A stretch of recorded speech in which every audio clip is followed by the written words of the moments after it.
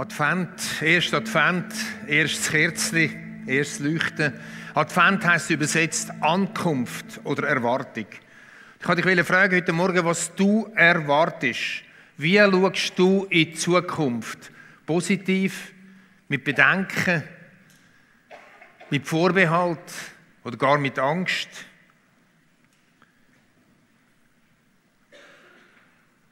Ich habe meistens einen freudigen Blick in die Zukunft.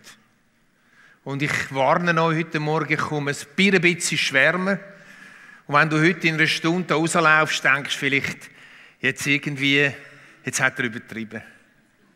Aber ich kann nicht mehr, als euch heute mitzunehmen ins prophetische Wort.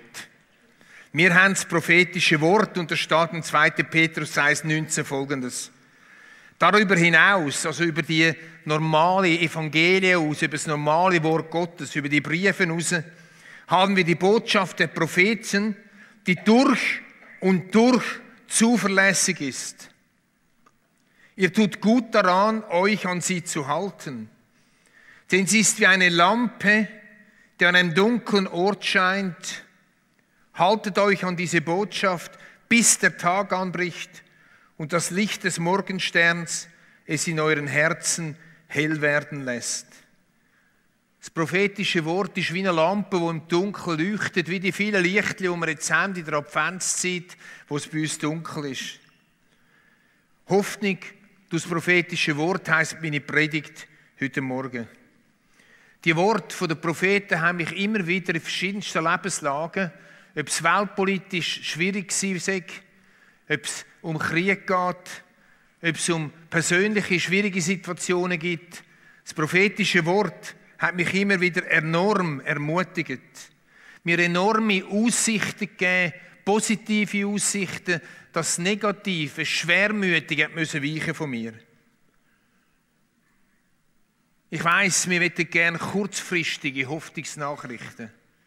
Aber manchmal ist es wichtig, wenn wir im Nebel hocken, wie heute gerade zur Winterthur, wenn wir im Nebel hocken, dass wir irgendwie etwas haben, wie so einen Feldstecher. Und das erste Mal sehe ich jetzt auch die auf der Bühne oben hocken, gut. Jawohl, ich habe die gesehen. Gut, danke vielmals. Manchmal ist es gut, durch den Nebel durchzusehen, so einen Feldstecher zu haben. Und das prophetische Wort ist wie ein Feldstecher. Die Propheten haben gesehen, wie durch einen Feldstecher in verschiedene Zeiten hinein. Bevor wir aber zu den prophetischen Worten kommen und einzelne anschauen, wenn wir miteinander kurz schauen oder vielleicht ein bisschen länger schauen, wie dann das prophetische Wort kann verstanden werden, was verschiedene Sichten oder Schichten das im prophetischen Wort innen ist. Ich darf bitten um Grafik. Jawohl. Propheten, die stehen wie auf einem Berggipfel. Wir sehen da die Jesaja. Aber auch die anderen Propheten. Und sie haben so einen Feldstecher bei sich. Einen Feldstecher, wo sie in die Ferne schauen. Zuerst, wenn der Jesaja auf dem Berggipfel oben steht, wir können das nachvollziehen, schaut er zuerst in ein Tal runter. Er sieht nämlich das erste Tal. Er sieht, wie lang das ist, er sieht, wie gut das ist oder wie schrecklich das ist. Jesaja hat immer wieder durch das ganze Buch durch in das erste Tal durchgeschaut. Und er hat gesehen, wie Gottlosigkeit, Götzendienst, Unrecht auf dieser Welt zu seiner Zeit geherrscht hat. Das ist die neue Sicht vom Prophet Jesaja. Er hat auch gesehen, wie im Jahr dann, wo es passiert ist, 600 vor Christus, also 100 Jahre nachdem es vorausgesagt hat, Israel deportiert worden ist in 3 verschiedene Wegzüge nach Babylon. All das hat er gesehen, wenn er ins Tal runtergeschaut hat. Kann ich noch mal? Ja, das Bild ist noch da, genau. Darf ich es auch noch mal auf dem Bild wissen? Gut. Und er hat aber nicht nur gesehen, was los war an Dunklem, an Schwierigem, sondern er hat darüber hinaus auch gesehen, auf den ersten Berg. Nämlich, dass das Volk Israel wieder zurückgeführt wird. Und da haben wir schon die erste erfüllte Prophetie. Wegzug und Rückzug. wieder Rückführung nach Israel. Das hatte Jeremia genau vorausgesagt. Er hat gesagt, dass 70 Jahre nach Wegführung vom Volk Israel nach Babylon wieder zurückgeführt wird. Jesaja sieht das auch. Und somit haben wir so den ersten Feldstecherblick von Jesaja ins Tal runter, sieht die Schwierigkeiten, die Nöte, Gottlosigkeit, dann wie er wegführt, das Volk weggeführt wird und dann sieht er zum ersten Gipfel die erfüllte Prophetie. Dass so eine erfüllte Prophetie schon im Jesaja steht, wo wir nicht darauf warten müssen, das gibt mir Sicherheit, dass die Prophetie, die noch nicht erfüllt ist, auch erfüllt wird. Er schaut dann weiter und er sieht die mittelfristige Prophetie. Das ist vor allem die messianische Prophetie. Er sieht, wie Christus Jesus kommt auf die Erde und wie Christus der Messias ist. Er sieht, wie der Messias wirkt auf der Erde. Er sieht, wie er angebetet wird. Er sieht aber auch, wie er gelitten wird. Wie er verspottet wird und wie er muss ans Kreuz. Die dritte Sicht von Propheten, von Jesaja und von anderen Propheten, die dritte Sicht ist die Endzeitsicht, wo man sieht, was in der Endzeit wird passieren. Das, was weit weg liegt, das, was noch in Ausstand ist. Es ist allerdings schwierig, wenn man das prophetische Wort lesen, die Reihenfolge immer so einzuordnen. Die Propheten können nicht sagen, erstens, zweitens, drittens, viertens. Sondern sie haben irgend so eine Sicht, sie haben eine Sicht von Bergspitze zu Bergspitze und sehen zwischendurch nicht, wie gross das die Täler sind. Sie sagen zwar manchmal von diesen Tälern, die sind, von der erfüllten Prophetie, die mittlere Prophetie, in die Endsicht-Prophetie, sagen sie, es hat Täler. Aber wie tief die Täler sind, wie weit, sehen sie nicht. Sie sehen einfach von Bergspitze zu Bergspitze und das sind dann die frohmachenden Botschaften da drinnen. Nebst diesen verschiedenen Sichten der Propheten geben die prophetischen Bücher, vor allem die Jesaja, auch einen Überblick über die Prinzipien von Gottes Handeln. Sie zeigen uns, dass Gericht Realität ist. Sie zeigen uns, dass die Not auf dieser Erde Realität ist. Sie zeigen uns, dass es wirklich schwierig sein kann. Sie zeigen uns, dass Gott sich auch gegen sein Volk wenden kann. Aber der Gesamtüberblick zeigt uns auch, dass es nie hoffnungslos ist. Jesaja bedeutet nämlich, Jahwe ist Rettung. Und das ist das Programm vom ganzen Buch Jesaja. Gott ist Rettung. Wir werden jetzt miteinander einsteigen in ermutigende und geniale Texte von Jesaja. Im ersten sehen wir gerade die verschiedenen Sichten, die ich jetzt aufgezeigt habe. Ich werde heute viel lesen aus der Bibel und ich bitte euch, versuchen, dran zu bleiben mit mir zusammen. Der erste Text ist sehr bekannt, das ist Jesaja 9,1. Das Volk, das im Finstern wandelt, sieht ein großes Licht. Und über denen, die da wohnen im finstern Tale, scheint es hell. Du wächst lauten Jubel, du machst groß die Freude. Vor dir wird man sich freuen, wie man sich freut in der Ernte, wie man fröhlich ist, wenn man Beute austeilt. Denn du hast ihr bedrückendes Joch, die Jochstange auf ihrer Schulter und den Stecken ihres Treibers zerbrochen, wie am Tage Midians. Denn jeder Stiefel, der mit Gedröhn dahergeht, und jeder Mantel durch Blut geschleift, wird verbrannt und vom Feuer verzehrt. Denn uns ist ein Kind geboren, ein Sohn ist uns gegeben, und die Herrschaft ruht auf seiner Schulter. Und er heißt Wunderrat, Gott Held, Ewigvater, Friedefürst, auf dass seine Herrschaft groß werde und des Friedens kein Ende auf dem Thron Davids und in seinem Königreich. Dass er stärke und stütze durch Recht und Gerechtigkeit von nun an bis ans Ewigkeit. Solches wird tun der Eifer des Herrn Zebaoth. Wir sehen einmal die Grafik miteinander.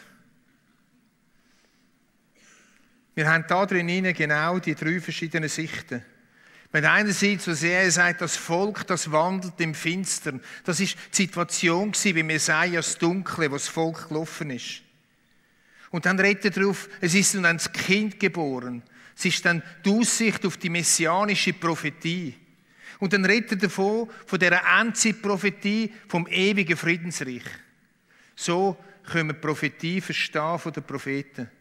Nicht jeder Text ist so wunderbar angelegt wie der da. So von Dunkle, dann das Messianische und dann das zukünftige wie Friedensreich. Aber ich lade euch herzlich ein, Propheten zu lesen, jetzt tauchen und da drin Hoffnung zu schöpfen. Hoffnung für die Zukunft. Jetzt setzen wir das Fernglas nochmal ein und schauen in die Endzeitprophetie ein. Mein erster Titel ist da Hoffnung für den Nahen Osten. Niemand wird da innen sagen, er hat eine Lösung für das, was im Nahen Osten passieren soll. Jetzt gerade in Syrien Kämpfe wieder neu aufgeflacht sind.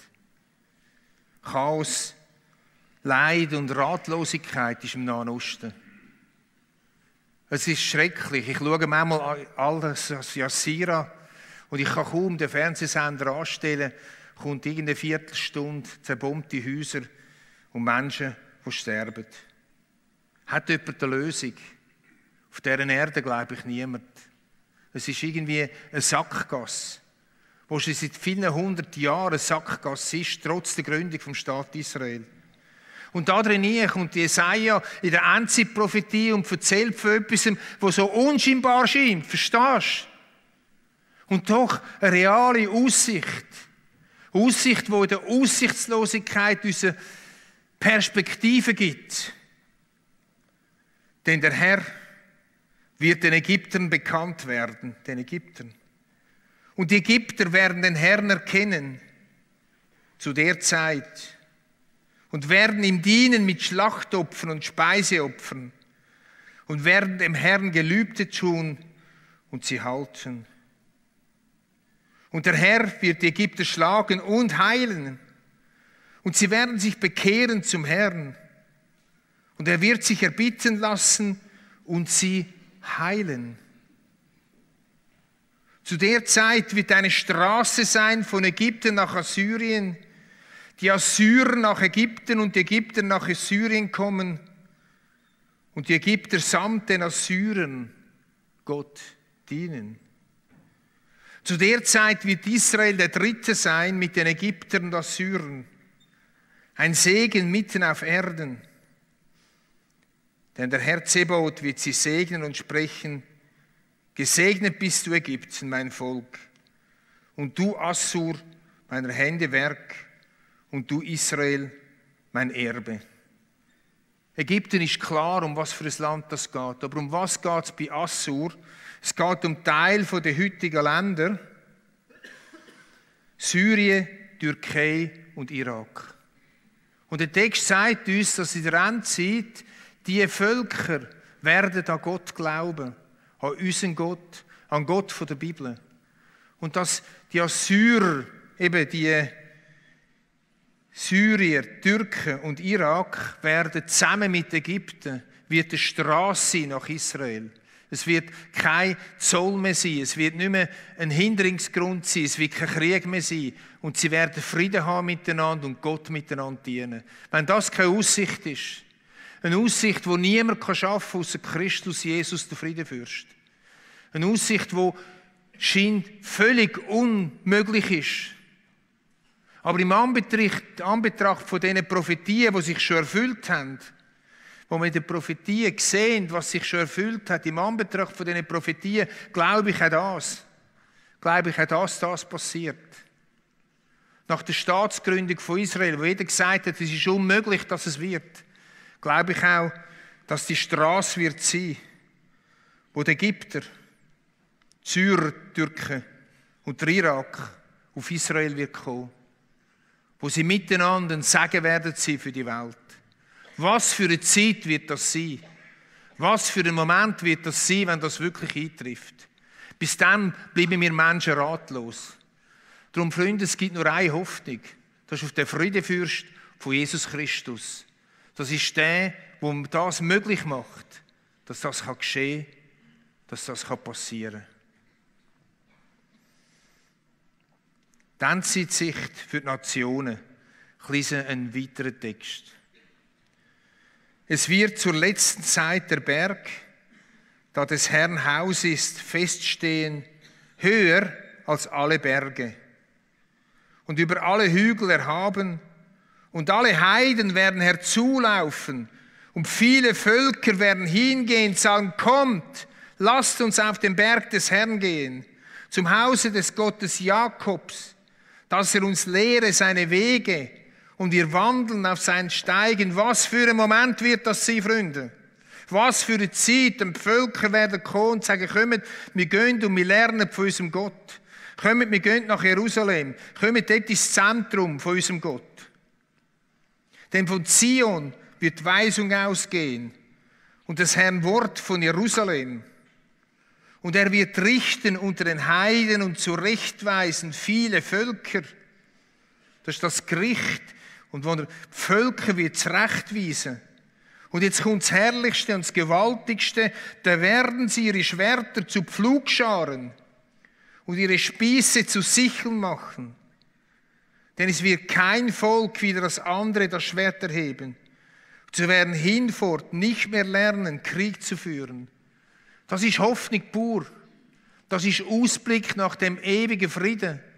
Nach dem Frieden, wo kein anderer kann bringen als der Friedefürst. Da werden sie ihre Schwerter zu Pflugscharen und ihre Spieße zu Sicheln machen. Denn es wird kein Volk wie das andere das Schwert erheben. Und sie werden hinfort nicht mehr lernen, Krieg zu führen.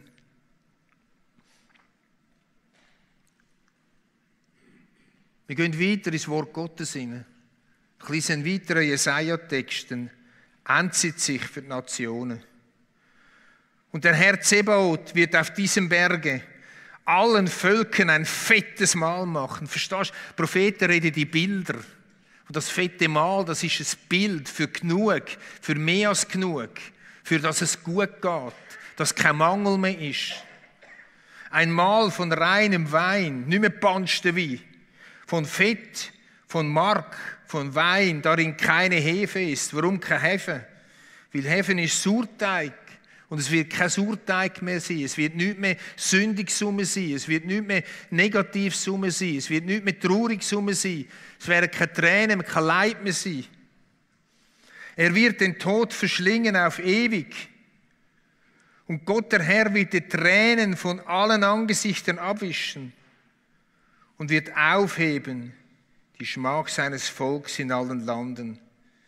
Denn der Herr hat es gesagt. Zu der Zeit wird man sagen, siehe, das ist unser Gott, auf den wir hofften, dass er uns helfe. Das ist der Moment, wo wir es erleben, den Gott zu erkennen, auf den wir gehofft haben. Verstehst du? Das ist Hoffnung im Moment. Im Moment hoffen wir mit den Propheten.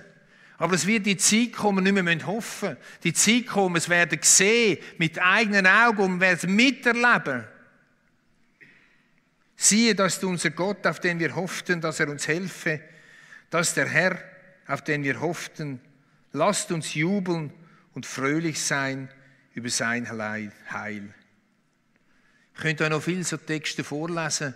Es sind gewaltige Texte, die Jesaja. Immer wieder sieht er so Täler, wo es dunkel ist, und dann schaut er raus und sieht die Endzeitprophetie. Wie können wir jetzt etwas herausfinden, ob etwas Endzeitprophetie ist oder etwas, das näher liegt oder schon vorbei ist? Wir können es nur herausfinden, wenn wir die Geschichte ein bisschen kennen. Die Geschichte vom Volk Israel nach dem Jesaja, nach dem Jahr 700. Wenn wir uns dann überlegen, was ist jetzt schon eingetroffen und was ist noch ausstehend. Und da machen manchmal Leute ein Kreuz im Müsi. Manchmal nehmen sie prophetische Worte, die schon eingetroffen sind. Und haben das Gefühl, sie treffen erst ein. Und darum ist es wichtig, dass man auch ein bisschen in die Geschichte hineingeht und überlegt, was hat sich schon erfüllt. Damit man sich freuen kann über das, was sich schon erfüllt hat, Aber wenn wir sehen, dass was sich noch nicht erfüllt hat, dass wir uns dann auf das freuen können und das ausstrecken können und das im Blickfeld haben.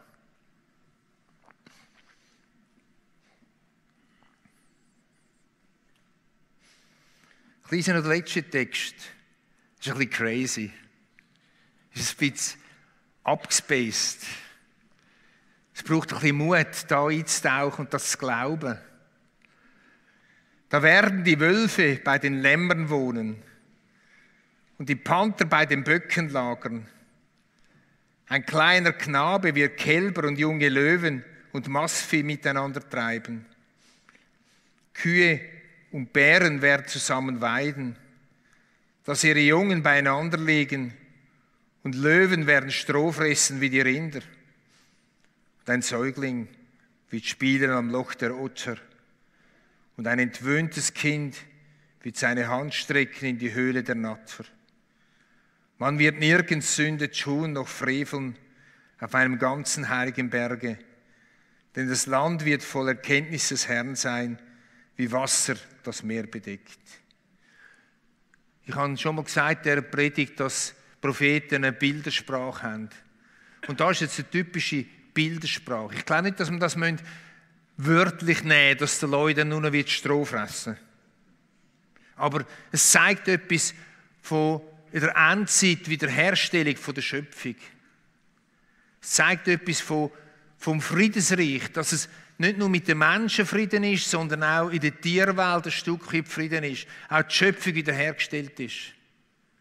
Das ist auch in anderen prophetischen Texten oder im Römerbrief bezeugt, dass eine Zeit wird sein, wo die Schöpfung, die jetzt leidet, wieder wiederhergestellt werden.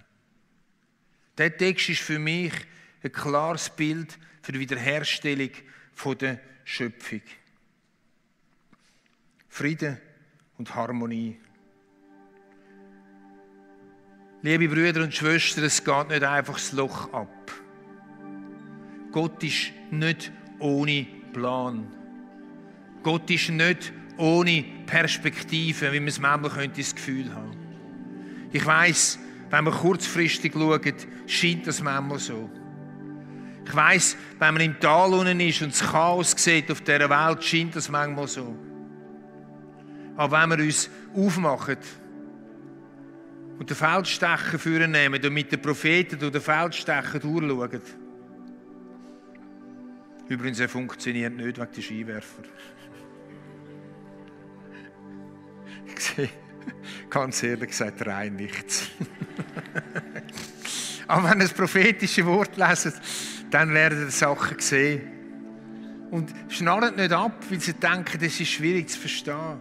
Leset es einfach mal durch. Schnallt nicht ab, wenn ihr seht, wie oft dass die Propheten von den Tälern reden. Und schaut darauf, wie sie immer wieder auf die Gipfel kommen. Wie sie immer wieder die gewaltige Sicht haben. Von der Nahprophetie, von der mittelfristigen Messias-Prophetie und von der langfristigen Prophetie, die Endzeitprophetie. Und das gibt mir Mut. Das gibt mir Zuversicht. Und das stimmt mich fröhlich bei allem, was schwierig ist auf dieser Erde. Gott hat noch nicht ausgedacht. Gott ist noch nicht am Ende. Sondern er hat noch Gedanken. Er hat noch einen Plan. Es gibt noch etwas mehr. Das Friedensreich von Jesus ist im Anmarsch. Wir wissen nicht, wie lange das noch geht. Wir dürfen keine Spekulationen machen. Wir dürfen nicht das weltpolitische Geschehen in Endzeit-Prophetie einwabeln, wie es viele gemacht haben und dann sind sie daneben gewesen. Aber wir glauben, ich glaube, weil sich schon so vieles erfüllt hat im prophetischen Wort, dass sich auch das wird erfüllen. Und ich habe Sehnsucht danach, das zu sehen. Ich habe Sehnsucht danach, das zu erleben. Wir wollen miteinander beten, dass das Friedensreich von Jesus bald kommt. Reif wäre die Welt. So reif, wie sie zur Zeit von Messiah war. So reif ist sie heute. Wir stehen auf zum Gebet.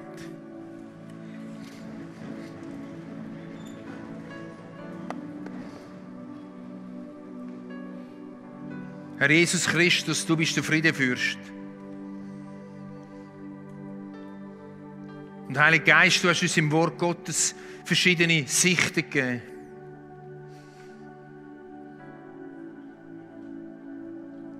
Wir haben das prophetische Wort, dass es ein Licht ist auf unserem Weg.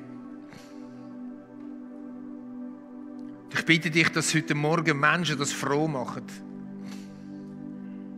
Ich bitte dich heute Morgen, dass du Glauben schenkst. Ich bitte dich heute Morgen, dass du ein Aufschauen schenkst, Heiliger Geist, zum Christus Jesus. Und so wie die Propheten Jesus sein erste Kommen vorausgesagt haben, so glauben wir an das zweite Kommen. Und wir freuen uns darauf. Wenn die Schöpfung wiederhergestellt wird. Wenn Frieden unter den Menschen und unter den Völkern ist. Wenn die Schwerter zu Pflugscharen umgeschmiedet werden. Wenn die Atomwaffen endgültig abgefragt werden. Entsorgt. Weg damit. Jesus, du siehst, wo die Welt leidet. Wir sagen, komm bald, Herr Jesus. Komm bald mit diesen Verheißungen, die wir haben. Wir warten darauf. Wir strecken uns aus danach. Amen.